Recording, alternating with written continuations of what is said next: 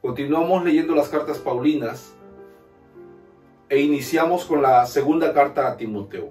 Esta es una carta escrita por el apóstol Pablo entre los años 66 o 67. Pablo se encuentra preso después del gran incendio de Roma. Este incendio desató la primera persecución de la iglesia al ser culpados de una manera injusta a los cristianos.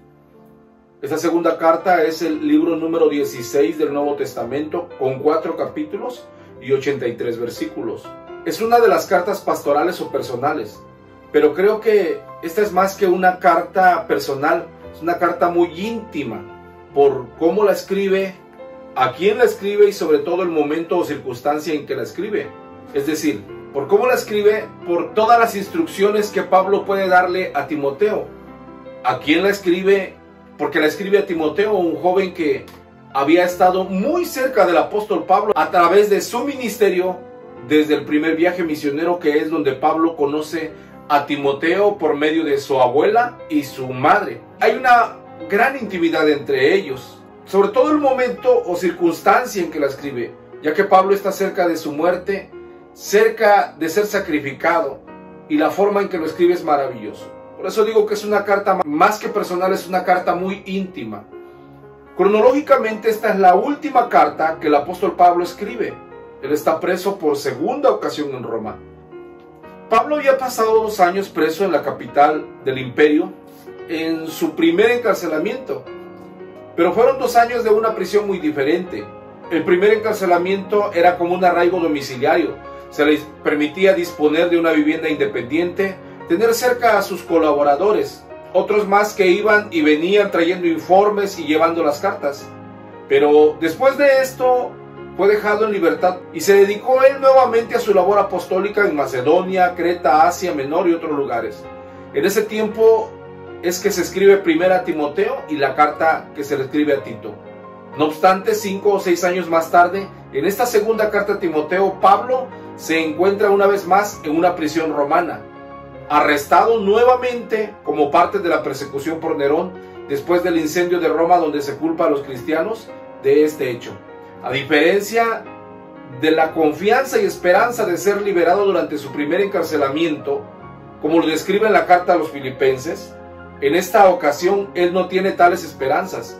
Su situación es muy diferente. Se encuentra en una celda fría y en cadenas, sin esperanza de ser liberado y con la expectativa de una cercana ejecución. El capítulo 4, versículo 6 dice: porque yo ya estoy para ser sacrificado y el tiempo de mi partida está cercano.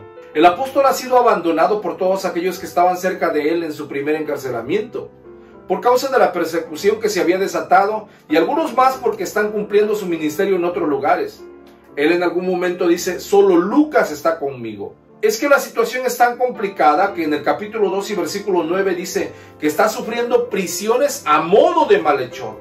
Se le trataba como uno de los más peligrosos delincuentes, ya que era líder principal de los cristianos que estaban siendo perseguidos en ese tiempo.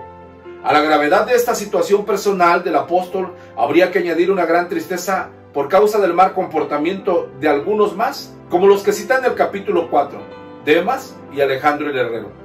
Se cree que su salud se había complicado y carecía aún de lo indispensable, aún de ropa. De ahí que en el capítulo 4, versículo 13 dice: cuando vengas no te olvides de traer el abrigo que dejé en Carpo, en Troas. Esta desfavorable acumulación de circunstancias explica la insistencia con que Pablo ruega a Timoteo.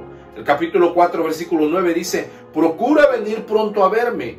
El capítulo 4, pero el versículo 21 dice: procura venir antes del invierno. Esta carta es como una última voluntad y testamento. Insisto en tener en cuenta al leerla que es la última carta que el apóstol Pablo escribe antes de ser ejecutado, lo cual sucedió al poco tiempo de escribir la presente carta. De ahí que las palabras son tan profundas y se considera una carta escrita en género dramático. En esta carta Pablo le recuerda a Timoteo acerca de su fe no fingida.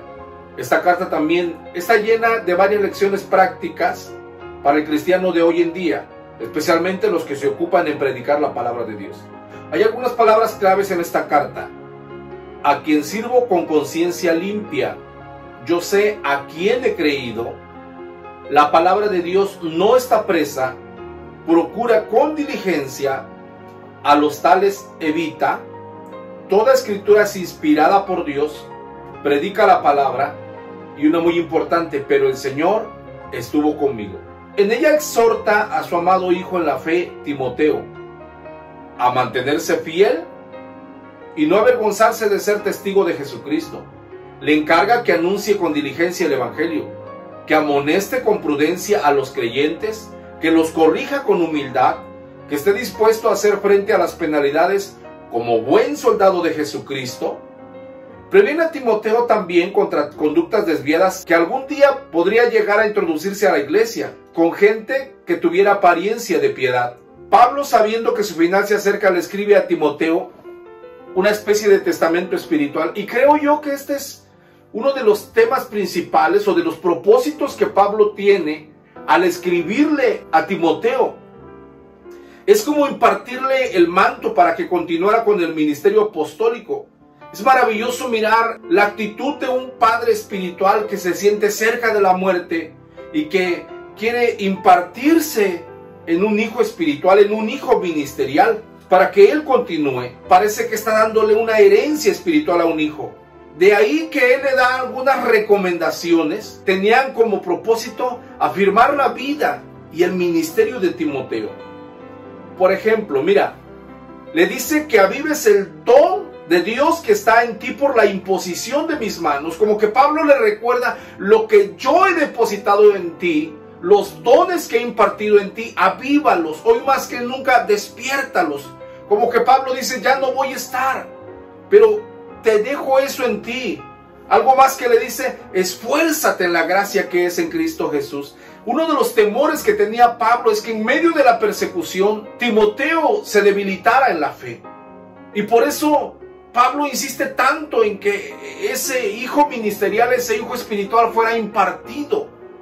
Otra cosa que le dice: haz obra de evangelista, es decir, continúa con todo ello. Pero el más importante que considero yo que Pablo le deja a Timoteo es: cumple tu ministerio. Como que Pablo en todo ello le dice: mira, todo lo que te he enseñado, todo lo que hemos vivido, cumple tu ministerio. Pablo está insistiendo para que Timoteo continúe lo que ya se le ha enseñado, para que siga con ese ministerio. Esta carta concluye con una serie de instrucciones, recuerdos personales y saludos. Así que es una carta muy especial que podemos leer, que vamos a aprender de ella, y que sobre todo podemos mirar un maestro motivando a su discípulo a vivir lo que se le ha enseñado. Pero más que ello, un padre ministerial, un padre espiritual, recordando, insistiendo, afirmando como despedida en su vida, como palabras finales a un hijo espiritual. Que podamos aprender y ser edificados en esta preciosa segunda carta a Timoteo, la última carta que el apóstol Pablo escribe. Así que no nos perdamos nada, sigamos leyendo un capítulo diario y podamos ser impartidos por la palabra de Dios. Bendiciones.